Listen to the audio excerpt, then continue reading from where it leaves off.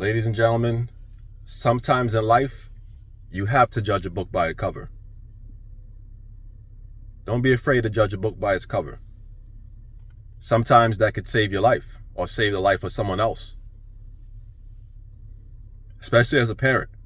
There's times where your child may be entertaining a certain friend that your tuition is speaking to you. Your soul is kind of irritated when certain people come around.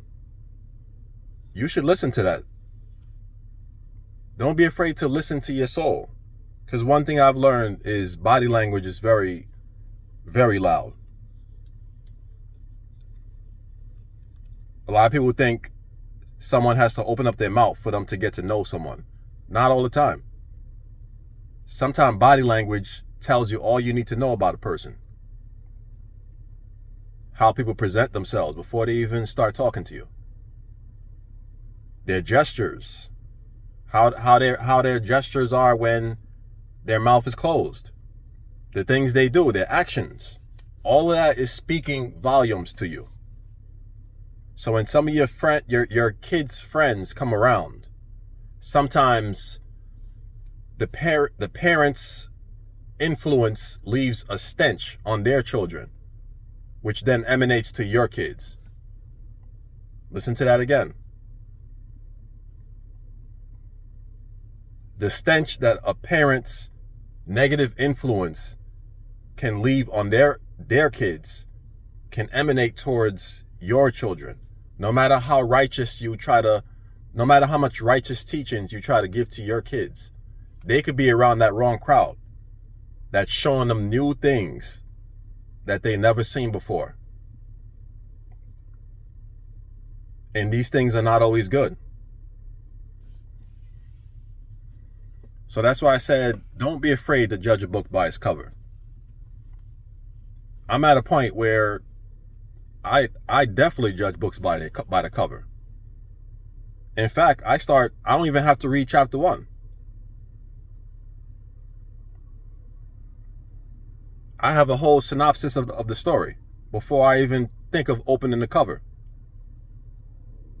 And that's how it has to be sometimes, because a lot of times you will fall into these traps, these holes in life, because you decided, okay, I'm not going to judge a book by its cover. I'm going to give this person a chance.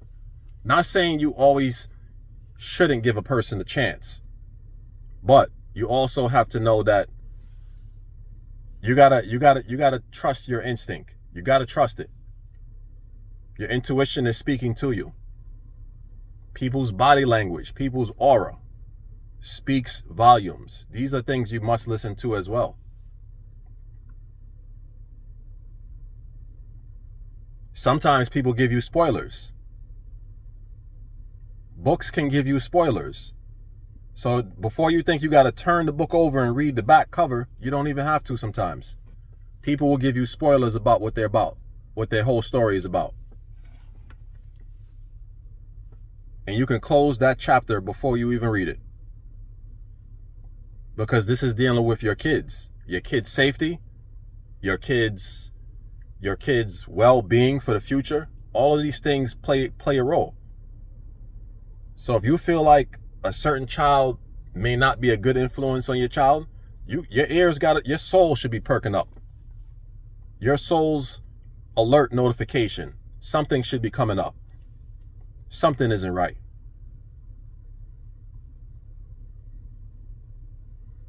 I believe in being a proactive parent. I don't believe in being one of those. And by proactive, I'm not talking about, it's proactive in my mind is not synonymous with paranoid. Because a lot of people will try to make that the same kind of meaning. It's not.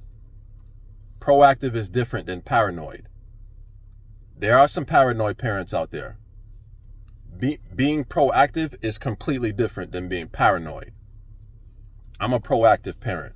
And there's things that I see that should happen, or actions that I should take to avoid any future accidents, if I can do that.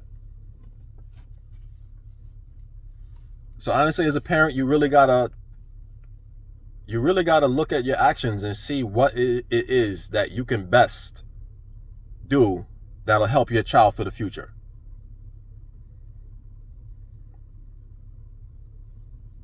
And don't be afraid to pull your child away from another child. If you feel uncomfortable, you're the parent.